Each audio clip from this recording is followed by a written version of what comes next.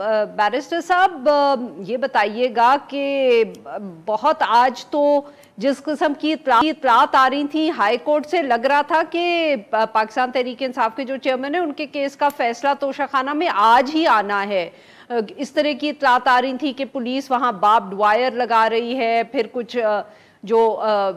सहाफ़ी वहां थे उनको भी कुछ पकड़ लिया, बाद में पुलिस ने कहा कि बदतमीजी हो रही थी इसलिए उनको उठाया गया। बहुत हम कह सकते हैं टेंशन का माहौल था आज।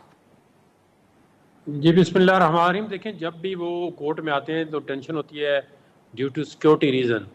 तो केस प्रोसीडिंग होती है। बार्ब्ड वायर तो रोज नहीं लगती ना, बार्ब्ड वायर तो आज तो अंदर कोर्ट रूम के बाहर लगाई जा रही थी।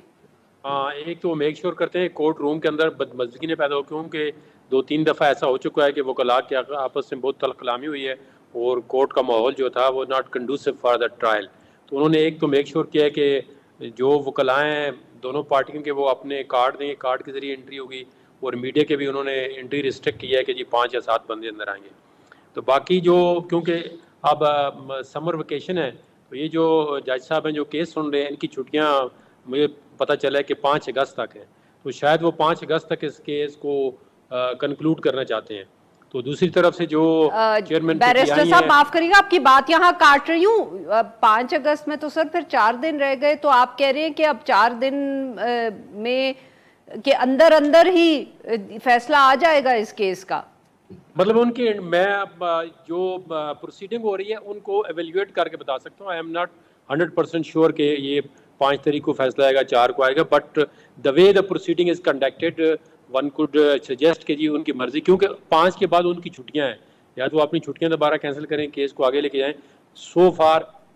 लग ये रहा है कि तेज़ी के साथ वो, क्योंकि आज अगर 342 की स्टेटमेंट कंप्लीट हो गई है तो उनका कोई डिफेंस का विटनेस आता है, वो कहते हैं जी 1 दिन में आप क्लोज कराएं, या नहीं आता उनका डिफेंस क्लोज करते हैं। तो इसमें जो अब जो चेयरमैन पीटीआई या पीटीआई वाले वो ये चाहते हैं कि जो उनकी पिटीशन लगी हुई है हाई कोर्ट के अंदर, या कल उनका जो केस सुप्रीम कोर्ट के अंदर है,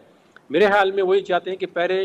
जुरिस्डिक्शन पे डिसीजन आ जाए उन्होंने, क्योंकि इसकी जुरिस्डिक्शन और लिमिटेशन को चैलेंज किया हुआ है,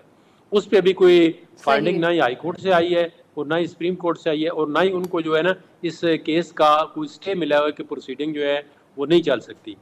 तो अभी इसमें बड़ी कॉम्प्लिकेटेड सिचुएशन बन रही है कि कल देखें सुप्रीम कोर्ट क्या करती है। अगर वो कहती है जी पहले